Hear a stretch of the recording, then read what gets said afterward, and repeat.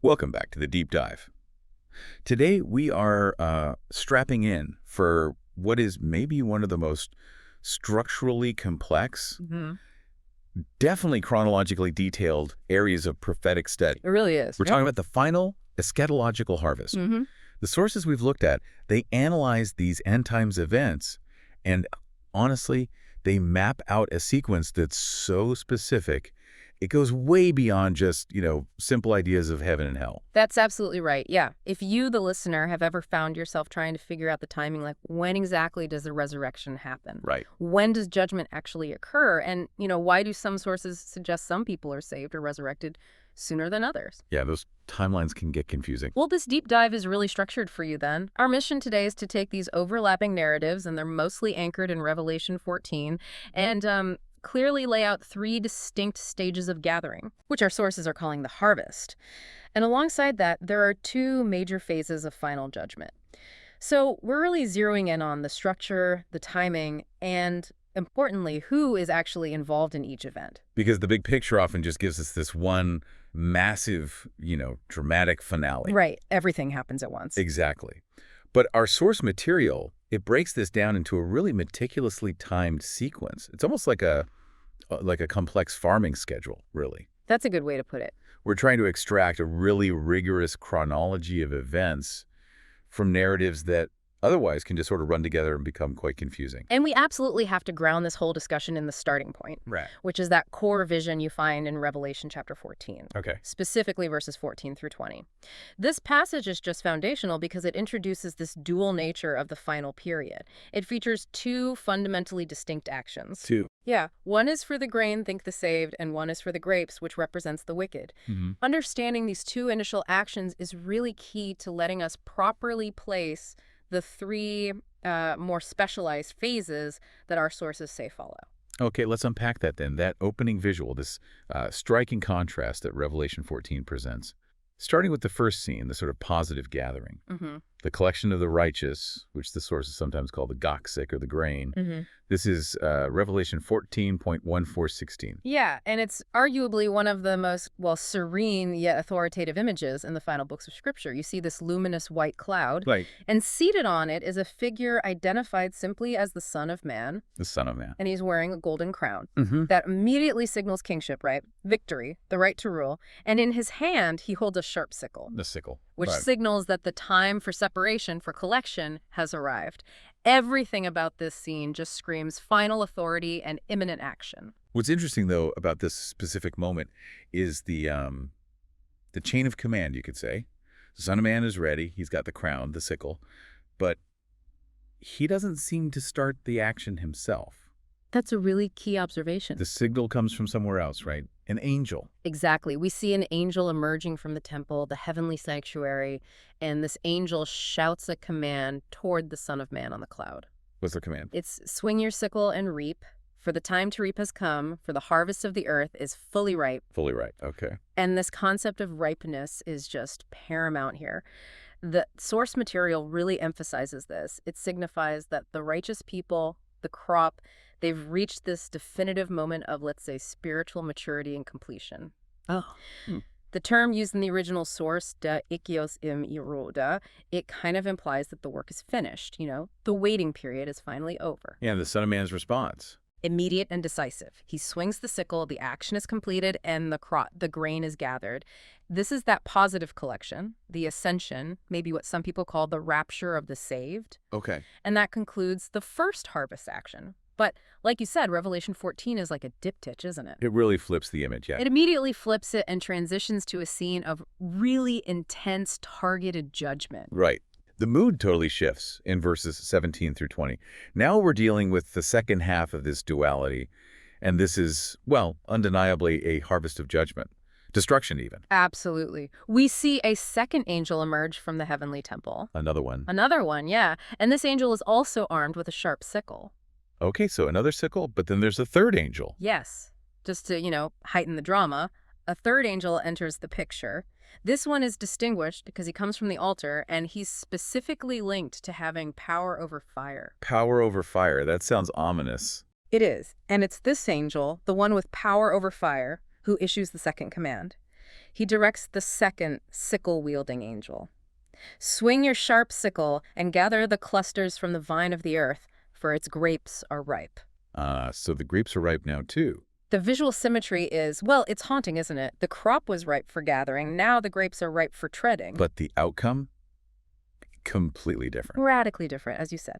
The second angel swings the sickle, gathers the grapes, but then throws them into the great winepress of God's wrath. The winepress of wrath. This isn't a collection for salvation. It's a collection purely for, well, demolition seems like the right word, divine judgment. Let's pause on that for a second. The sheer intensity of this winepress, described in Revelation 14:10. The sources really highlight these details, don't they? Because they define the just terrifying scale of the judgment. They absolutely define the finality of it. Yeah. First, the text notes the press is trodden outside the city. Outside the city. Why is that significant? Symbolically, it separates the judgment from the redeemed, from the holy city. But the detail that really just arrests you is the blood. The blood, right. The resulting torrent of judgment flows out, and it reaches this, well, impossible height, a horse's bridle. A horse's bridle? I mean, visualize it. We're not talking about a battlefield puddle here. We're talking about a flood of judgment. When you picture that a horse, running through deep water or mud that reaches its mouth, you realize the scale is just total, overwhelming, utterly devastating. That has to be biblical hyperbole, right? Yeah. Designed to communicate the sheer totality of God's final response to unrepented evil. It makes sense. Precisely. Yeah. And the destruction isn't localized either, which the source material stresses by noting the extent of this event.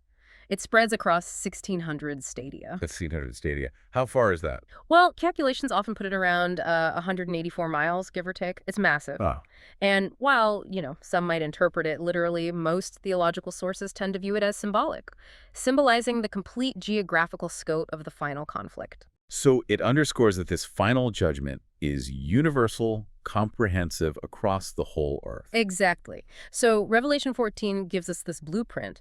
The white cloud, the gathering of the grain by the Son of Man, Right. contrasted sharply with the angels, the fire, the treading of the grapes, and the winepress of wrath. That's the duality. Grain and grapes, saved and judged. That's the core duality.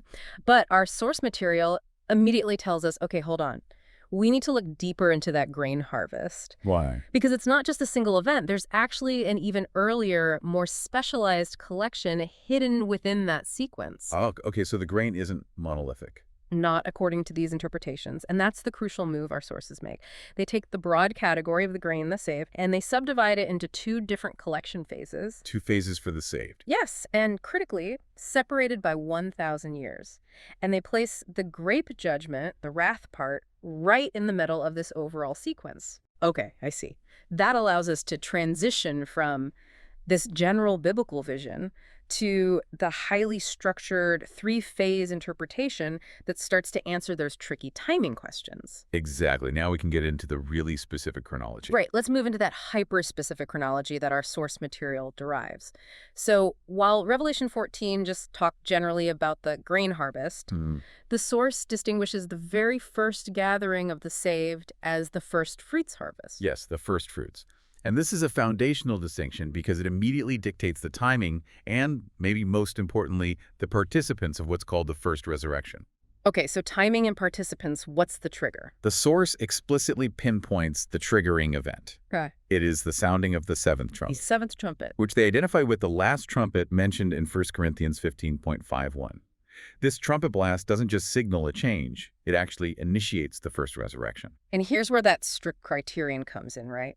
This resurrection isn't for everyone who believes. Not at all. Who are these participants? Why are they singled out? They are exclusively the martyred witnesses. The martyrs, okay. These are the ones who, according to the source material's reading of Revelation 20.4, loved God, not just with their belief, but with their actual lives, their willingness to suffer, even embrace death for their faith. Wow. They secured what Hebrews 11.35 calls a better resurrection. A better resurrection, what does that mean? It means a resurrection that occurs earlier, much earlier, and grants them a higher status, at least initially. So when you talk about the better resurrection, you're essentially defining an internal hierarchy among the redeemed, and it's based entirely on sacrifice and commitment under extreme duress. Exactly. They are the initial yield, you could say, the most valuable part of the field, to use the harvest analogy. Right. And the source material uses that Old Testament analogy of the first fruits offerings, drawing from Leviticus 23:10. You collected the first fruits sheaf before the main grain harvest could even begin. Okay. So it emphasizes their distinct, honored place in God's plan. They are honored first. Precisely. Let's detail the event itself, Okay. because you mentioned location is key to separating this from later events. Yeah. Where does this happen? Based on the interpretation of 1 Thessalonians 4:16, Jesus descends, but not fully to the earth yet. Okay. He descends specifically to the air. To the air, like in the clouds. Exactly. And from there, he raises these martyred witnesses, pulling them up to meet him in the clouds. Our source material confirms this precise ascension of the martyrs, whose souls are resurrected, referencing Revelation 20:4 as the definitive first fruits harvest. Okay, so the first fruits are collected at the seventh trumpet, kicking off the first resurrection, and they meet Jesus in the air. Correct. This creates a huge gap then, a millennia-long gap, you said, from the rest of the faithful, the general believers. Yes, who are resurrected much, much later at the Great White Throne Judgment. It's a staggering difference in timing. It really is. That separation really underscores the distinct and, well, elevated status of the martyrs. They're not waiting around with the general populace in the grave. No, they're immediately separated and glorified. They are the first fruits gathered before the main crop is even ready. So what is their status then, immediately following this ascension? They're pulled up to the air. What's their purpose during this intermediate period before the Great White Throne? Well, the sources confirm they are given this distinct privilege.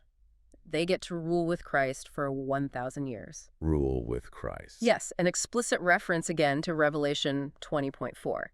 But their transformation is even more profound than just like a positional change. How so? Luke 20:35 is cited, noting that those who attain this specific resurrection are changed. They become like the angels, or perhaps even equal to the angels. Like the angels. That suggests a totally new, incorruptible, maybe even qualitatively different level of existence, It seems so. which is granted to them immediately, separating them even from the general body of saints still waiting in the grave. That's the interpretation. They get both the first resurrection and the ruling status for the millennial kingdom. It's quite a package deal. Correct. They gain a profound head start, you could say, in both resurrection and authority. However, Yeah, there's a however. the source material, trying to ensure biblical balance, adds a little note, drawing from Matthew 22:3. While the martyrs definitely hold this unique, elevated position during the 1,000 years, the sources suggest that after the rewards period is complete, once all resurrection is finished, the final eternal status of the general saints might eventually equalize with the martyrs. Okay. So distinction during the millennium, but perhaps equality in the ultimate eternal state. That seems to be the suggestion. But for the entire duration of the millennial kingdom, the first fruits are uniquely exalted. Okay, so phase one, collection of the most committed, the martyrs, triggered by the final trumpet, meeting Christ in the air. Now, as soon as they are removed from the earth, pulled into the air, the sources say the gates of judgment just swing wide open on earth. That's the sequence. We move straight into the terrifying grape harvest, the wrath. Yes, the structure is almost unforgivingly linear here. The immediate consequence of the saints being pulled up into the air is basically the end of divine patience for that era. Patience runs out. Completely. The sources are clear that this triggers the rapid outpouring of the 7 plagues, or 7 calamities. This aligns with the descriptions you find in Revelation chapter 16. Right, the bowl judgments. Exactly. This is the period of intense, final divine judgment targeted specifically at those who rejected the Lord and remained on earth. This sounds like a period of just immense environmental collapse, societal chaos. Catastrophic, yes. How long does this phase last? Yeah. And what's its primary effect on the wicked who are still there? The plagues are described as rapid and catastrophic. They seem designed to wipe out the remaining organized wickedness. But crucially, the wicked individuals who somehow endure these plagues, who survive this horrific outpouring, they don't repent. Instead, they consolidate. Consolidate. Into what? Into a final unified opposition force. The sources term this the Beast Army. The Beast Army. So the plagues thin the ranks, but they also harden the hearts of those left, preparing them for one last stand. That seems to be the implication. They survive the plagues, but their ultimate fate is imminent. And this leads directly to the next major event, Which is? the physical return of Christ to the earth. Ah, okay. So first fruits was to the air, but now it's to the earth. Precisely. Following the completion of the 7 plagues, Jesus executes the second part, the final judgment on the wicked. He descends fully to the earth to directly confront and judge this beast army. This is the battle often associated with Revelation 19.15. And this physical descent, this connects directly back to that terrible image from Revelation 14, doesn't it? Yeah. The grapes being trodden. Yes, this is where the winepress analogy finds its, you could say, literal fulfillment on the ground. This is the actual treading. Indeed. This is the moment described vividly in places like Isaiah 63.1-6, where the divine warrior figure delivers judgment and his garments are stained crimson as if he had been treading grapes in a winepress. This judgment is immediate, overwhelming, and it puts a final stop to the wicked regime on earth, clearing the way to usher in the 1,000-year kingdom. Okay, here's where I need a bit of clarification, and maybe the listener feels this too. Our sources mentioned an interpretive debate about the grape harvest. What exactly is it? Right. If the 7 plagues are already judgment, how does this final battle fit in? Is the battle the grape harvest, or are the plagues the grape harvest? Or both? That's a crucial analytical question, and the sources recognize 2 main views on the actual scope of the grape harvest. Okay, view 1. View 1 suggests the grape harvest specifically refers only to the catastrophic, maybe more impersonal judgments that follow the rapture, so the 7 plagues themselves. It's like the reaping of the world's evil structures and maybe unprepared populations, but not necessarily the final battle. Okay, plagues of grapes, what's view 2? View 2, which our sources seem to lean towards, argues for a broader interpretation. This view holds that the grape harvest encompasses both the plagues and the subsequent final judgment of the beast army. Ah, okay. So plagues plus battle equals grape harvest. Kind of. The plagues ripen the grapes, maybe gather them together by eliminating other options, and then the final descent of Christ is the actual treading of the winepress. That's the execution phase. I see. So the distinction really hinges on whether the harvesting is just the process of divine wrath pouring out, or if it specifically includes the physical collection and destruction of the organized wicked army by Christ himself at his return. And given the strong parallel with Isaiah 63, the one arriving with blood-stained garments from treading the grapes, Right. View 2 provides a much more, I think, compelling and dramatic fulfillment of the Revelation 14 winepress imagery. It completes the act of judgment. That makes sense. The really significant takeaway here for the timeline is that this winepress phase, whether it's just plagues or plagues plus battle, occurs immediately following the first fruits ascension. Okay. And before the 1,000-year kingdom is actually established on earth. Got it. That structure is critical. First fruits go up, then plagues fall, then the winepress judgment battle happens, then the 1,000-year reign begins on earth. Precisely. Okay. So we've dealt with the martyrs, first fruits, and the most actively wicked, grapes winepress. Now we need to jump forward 1,000 years to deal with the general remainder of humanity, both the saved and the unsaved who died before all this. Exactly. We move into the next major phase. Right.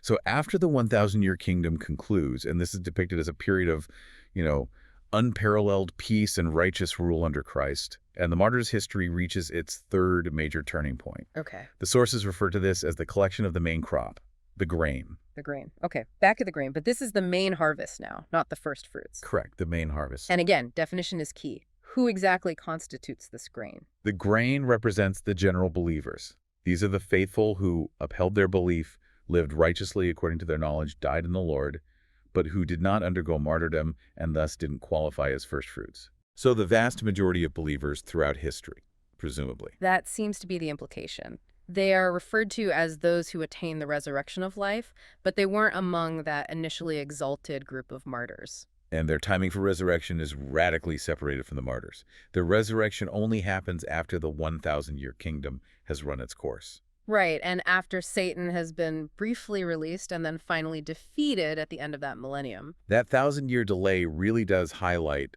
the unique reward given to the martyrs, doesn't it? It truly does. And this late-stage resurrection brings us to the massive event that serves as the final accounting for all remaining humanity, both the righteous grain and all the wicked who died throughout history. The Great White Throne Judgment. Your Great White Throne Judgment. This is the ultimate court of final appeal, you might say, the end of the line.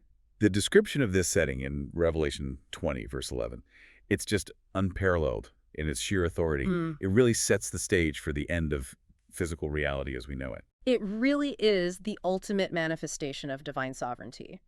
The text describes this great white throne and the one seated upon it, a presence so overwhelming, so holy, that the scripture says the very earth and the sky literally flee from his face. Flee away, like they just disappear. Gone. They are no longer necessary, having served their purpose in the old history, and they simply vanish. There's nowhere to hide. And before this vanished reality, every remaining dead individual is resurrected to face judgment. I mean, the scale of that gathering must be incomprehensible. It has to be. It's the universal resurrection for everyone not already dealt with. John 5:28-29 speaks of two types emerging from the graves, the resurrection of life for the good and the resurrection of judgment for the evil. And here, at the Great White Throne, both groups are raised simultaneously to receive their final assignments. That's the picture. Everyone stands before God. Where do they all come from? I remember the source material being really specific about this, drawing from Revelation 20.13. It mentions three main sources for the dead. Yes, it's like an all-encompassing dragnet to ensure absolutely no one is missed. First, the sea surrenders the dead within it. Okay, so everyone lost at sea, sunken ships. Symbolically, yes. All those lost to naval disasters, ancient calamities, or just forgotten watery graves throughout all time. Yeah. Second, and maybe more metaphysically, Yes. death and Hades surrender the dead they contain. Death and Hades, like personified forces. In a way, yes. It signifies the end of the grave's authority, the end of the underworld's dominion over the dead. Every single soul, regardless of how or where or when they died, is brought forward to stand before the throne. Nothing holds them back anymore. Okay, let's talk about the critical process then. Yeah. The standard of judgment. If you have both righteous grain people and wicked people standing there, what's the measure for their eternal fate? Well, the primary standard mentioned is actions. Their works. Actions. Yes. Revelation 20.14 states explicitly that books, plural, are opened, and the dead are judged according to their works or what they had done, as recorded in those books. So it's a judgment based on deeds. That's the universal standard of accountability presented here. Every single deed, maybe even thoughts and words, are recorded and brought into the light. This book, or these books, prove the righteousness of the general saints and confirm the wickedness of the condemned. Okay, but I can imagine a listener thinking right now, wait, I thought salvation was by grace through faith, not works. How does that fit with a judgment based on works? That's the core theological tension, isn't it? And the source material addresses this. It clarifies that while works cannot earn salvation, that's by grace through faith. Right. Works are presented here as the evidence of genuine faith, or the lack thereof. For the wicked, their works demonstrate their rebellion and perhaps determine the degree of their condemnation. For the righteous, their works are the confirmation that their faith was real, living, and operative. So works validate faith, they don't replace it. Exactly. However, the judgment isn't based only on the book of deeds. That's crucial. Right. There's another book, a second, even more critical book, that determines the ultimate destiny. Precisely. The book of life. The book of life. While the book of deeds establishes the moral record, the evidence, inscription in the book of life is the ultimate benchmark for eternal salvation. So how does that work? If your name is written there, you have eternal life, regardless of maybe some stumbles recorded in the deeds book, because Christ's sacrifice covers those. But if your name is not written in the book of life, then even if you had some seemingly good works recorded, they are ultimately irrelevant to your final destiny of salvation. Okay, so the book of deeds explains why someone is judged righteous or wicked, but the book of life determines where they ultimately go. That's a good way to summarize the interpretation, yes. The book of life is the pass-fail. And the outcome for those judged. It's absolute finality. Revelation 20.1415 details the ultimate fate of the wicked, and kind of paradoxically, the fate of death and Hades themselves. Yes. The final destination for the unrighteous, those not in the book of life, is the lake of fire. Which is called? The second death. It's a state of final, internal separation from God. And then, in this final symbolic act of absolute victory over mortality and the grave. Yeah. Death and Hades. These forces that held humanity captive are themselves thrown into the lake of fire. Wow, so death itself dies, in a manner of speaking. It signifies the absolute end of their power and their domain. No more death, no more grave for the redeemed. And then the final sentence, confirming the ultimate stakes. Anyone whose name was not found written in the book of life was cast into the lake of fire. That closes the chapter. End of story for the old creation and human history as we knew it. That's the picture presented. Okay, so we've covered the martyrs, the first fruits, and the general faithful, the grain, and all the definitively wicked, the grapes, who went through the winepress and those judged at the white throne. Wow. You mentioned earlier there was a third highly specialized concept that our sources introduce. Yes. Designed to address what you called a profound theological loophole, maybe, regarding those whose faith was confirmed only at the very last possible moment. Right. We're moving into the realm of really extreme specificity now. And this is where the source material is probably at its most unique and maybe, for some, the most controversial. Yes, this third phase is quite distinct. It's not referenced directly using standard scriptural terms like first fruits or grain. It's more of an interpretative necessity derived from other principles. Our sources call it the gleaning harvest. The gleaning harvest, like picking up what's left after the main harvest. Exactly the image. Yeah. Picking up the remaining ears of grain after the main harvest is complete. Alternatively, it's sometimes referred to as the heart verification harvest or maybe the faith confirmation harvest. Heart verification, faith confirmation. Okay. The need for this third category immediately makes me think about that tension we just discussed. Instant salvation versus the necessary proof of faith through deeds. It directly addresses that instantaneous conversion issue. What about believers who are genuinely accepted into the fold by God's grace, but they die almost immediately, perhaps before they can perform even a single public act of faith or obedience? The classic example being The thief on the cross, right. Luke 23.4243. He confessed belief in Jesus, and Jesus promised him, "Today you will be with me in paradise." Instant acceptance. Okay, so what's the problem? He was saved. From God's perspective, absolutely saved. The theological challenge, as the source points out, is rooted in the reliability of human confession versus demonstrated action, especially from the perspective of other created beings. Other created beings, like who? Yeah. Angels? Other saints? Exactly. We have scriptural warnings, like Titus 1:16, noting that some people confess God with their mouths but deny him through their actions. They're hypocrites. Okay. So if someone like the thief dies instantly after a seemingly heartfelt confession, how can the rest of creation, the millions of angels, the already resurrected saints who did have a lifetime of actions recorded, how can they be absolutely certain that individual wasn't just, well, a hypocrite saying the right thing at the last second? Ah, I see the dilemma. It's about cosmic perception of justice. This is the core of what the sources call the necessity of public justice. If God simply saved the thief or any instant convert privately, based only on his internal knowledge of their heart, Yes. other created beings might lack the necessary confirmation of God's perfect justice in that specific case. An angel might look at the thief's public record criminal, wicked right up to the end, and maybe think, wait, how can eternal life be granted when the actions we observe just don't compute with that outcome? So God performs his judgments publicly. Why? To ensure that all of creation accepts and is fully convinced of his righteousness in every single case. No doubts lingering. So this phase isn't about God needing verification for himself. He already knows. Absolutely not. God knows the heart. It's about the rest of the universe needing transparency. Why is it so crucial that the entire creation confirms the justice of God's decisions? Because it centers entirely on the inherent limitation of created beings compared to the Creator.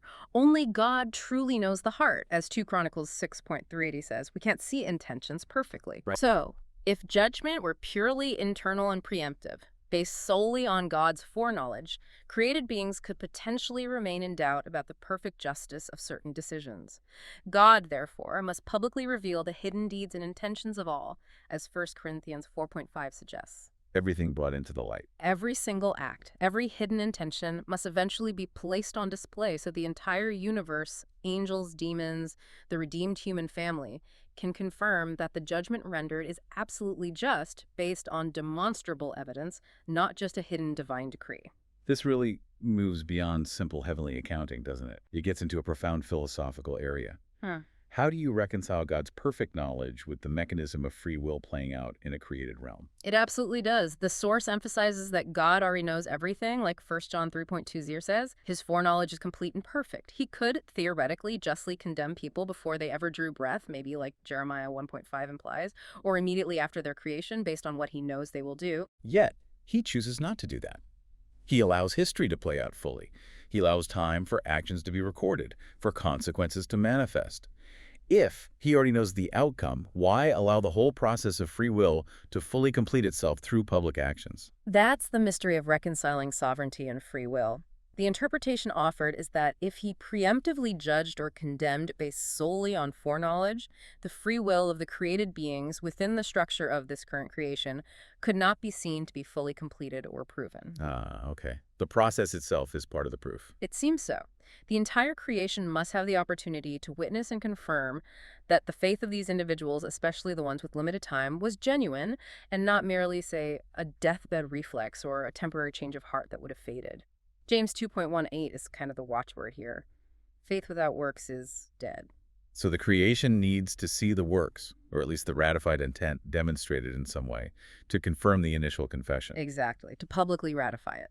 So how does this verification trial or gleaning harvest actually work for this specific group of saints? When are they awakened, and what exactly do they face? This sounds intense. Okay, so this group, the gleaning saints, whose faith requires this kind of public verification, the sources suggest they will be awakened after the establishment of paradise. After paradise is established, Yeah. which the sources equate with. Equated generally with the new heaven and new earth, or perhaps more specifically, during the 1,000-year kingdom on earth. Okay, during the millennium. They are brought forth during this reign, specifically to complete their free will demonstration in a tangible way. Now, this is where it gets highly controversial, right? If they are already saved, already destined for paradise because God accepted their faith, why would they need a trial? And what form could this trial possibly take? It's crucial to understand it's not framed as a trial to determine their salvation. God has already determined that based on faith. It's presented as a trial to verify or demonstrate their completed free will for the benefit of the watching creation. Okay. Verification, not determination. How? The sources hypothesize, and this is speculative interpretation, that this group might be subjected to Satan's final deception. Wait, Satan? I thought he was bound during the millennium. He is for most of it, but we know from Revelation 20.7 that Satan is released from the pit for a short time after the 1,000 years are over. Right, to deceive the nations, Gog and Magog. Exactly. His primary purpose, then, is to test the faithfulness of the nations born during the millennium. So the hypothesis is that it's highly plausible, according to this source material, that these gleaning saints, the ones who die before their deeds could fully prove their faith publicly, might be awakened specifically to face that final test of faith alongside those nations. Wow. This would provide the universe with the necessary, observable proof of their unwavering allegiance to Christ, even when faced with the ultimate deception. That is a staggering implication. It suggests that salvation, while securing God's eyes, doesn't automatically exempt you from needing to pass through a final public proving ground if your earthly timeline didn't allow you to adequately prove your faith through action during your natural life. It transforms the understanding of God's justice, doesn't it? From being potentially perceived as just a private decree into a public, universally understood and accepted reality. Now, the source does note there are differing views on the precise timing of their awakening. Oh. Some suggest perhaps a verification period occurs earlier in the 1,000 years, not necessarily tied only to Satan's final release. But the core purpose, regardless of exact timing, remains constant in this interpretation. Public confirmation that their initial confession was genuine was not hypocritical, thereby ensuring that divine justice is seen to be absolutely transparent and is fully accepted by angels and humans alike. No loose ends. It ensures that no created being, for all eternity, can ever point a finger at God regarding any individual soul and say, that wasn't fair, we never saw the evidence. The entire sequence, first fruits, grapes, grain, and now gleaning, seems designed for total cosmic transparency. That seems to be the driving principle behind this detailed breakdown. So just to synthesize this highly detailed structure for you, the learner, trying to pull it all together, we've basically mapped out 3 distinct layers of the harvest, the gathering, alongside 2 major judgment phases, and these events span over 1,000 years. Okay, let's recap them quickly. First up. First, the first fruits. These are the martyrs. They are resurrected immediately at the 7th trumpet. At their status. They ascend to the air and are privileged to rule alongside Christ for the 1,000 years, securing that better resurrection. Okay, first fruits done. Then what happens on earth? Second, almost immediately following, you have the grape harvest phase. This targets the wicked remaining on earth. They face immediate, overwhelming judgment, primarily through the 7 plagues, culminating perhaps in the final war against the beast army. This fulfills that imagery of the treading of the winepress of God's wrath. Got it. Grapes, judgment on the wicked. Happening after first fruits go up, before the millennium starts, then after the 1,000 years. Third, we have the grain harvest. This is the main crop. Representing. The general saints, the faithful who weren't martyrs, they, along with all the remaining wicked from history, are resurrected only at the end of the 1,000 years. And they face The comprehensive Great White Throne Judgment. Here, their final fate is decided based on their recorded deeds and, crucially, whether their names are in the Book of Life.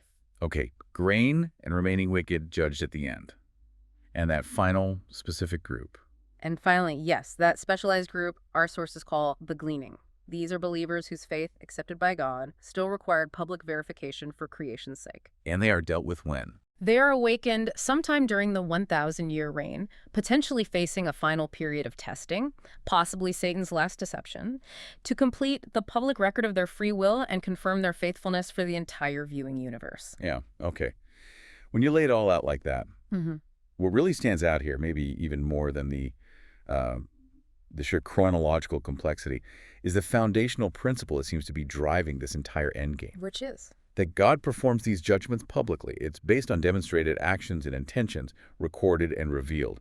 And he does this not just to affirm his own perfect righteousness, which is a given, but fundamentally, it seems, to satisfy the intellectual and moral understanding of his entire creation. Angels, former humans, the new inhabitants of the cosmos. Yeah. Everyone needs to see and agree. Exactly. It shifts the whole focus from some kind of abstract, maybe inaccessible divine decree that we just have to accept Right. to a publicly visible, universally justifiable reality. Yeah.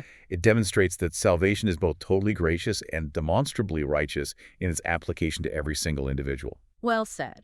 It aims for complete transparency and universal acceptance of God's justice. And that leads us, really, to our final provocative thought for you, the listener, to consider as you absorb this deep dive. If the entire created universe, angels and all, needs to see the actions, the evidence of individuals to fully confirm divine justice, well, what does that imply about the level of accountability, maybe the necessary transparency of belief, of your belief, even today, long before the final curtain falls? That's definitely something to think about. That's something for you to mull on. We'll see you next time on The Deep Dive.